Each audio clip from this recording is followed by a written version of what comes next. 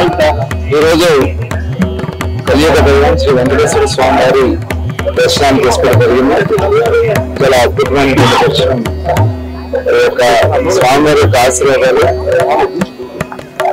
అందరికీ ఉండాలని, ముఖ్యంగా ఈ రాష్ట్రం కోసం అహర్నిశలో కష్టపడుతున్నటువంటి చంద్రబాబు నాయుడు గారు, లోకేష్ గారు, పవన్ కళ్యాణ్ గారు, యావత్ ప్రభుత్వానికి ఆ దేవుని గారి వెంకటేశ్వర స్వామి వారి ఆశీస్సులు కావాలని చెప్పి మనస్ఫూర్తిగా కోరుకుంటూ, మరి ఈరోజు తిరుమల తిరుపతి దేవస్థానం ఆధ్వర్యంలో కూడా మరి శ్రీరామనవమి కార్యక్రమాల్లో భాగంగా ఒంటిమిట్టలో కూడా స్వామివారి కళ్యాణ మహోత్సవాన్ని అత్యంత రంగరంగ వైభవంగా, ఎందుకంటే రాష్ట్ర విభజన జరిగిన తర్వాత భద్రాద్రి రామాలయం తెలంగాణకి వెళ్ళిన తర్వాత ఆంధ్ర రాష్ట్రానికి ఆనాడు ముఖ్యమంత్రిగా చంద్రబాబు నాయుడు గారు 2014-19లో ఒంటిమిట్ట రామాలయాన్ని మరి అభివృద్ధి చేయడం జరిగింది. రాష్ట్ర కార్యక్రమంగా అక్కడ కండక్ట్ చేయడం జరుగుతుంది.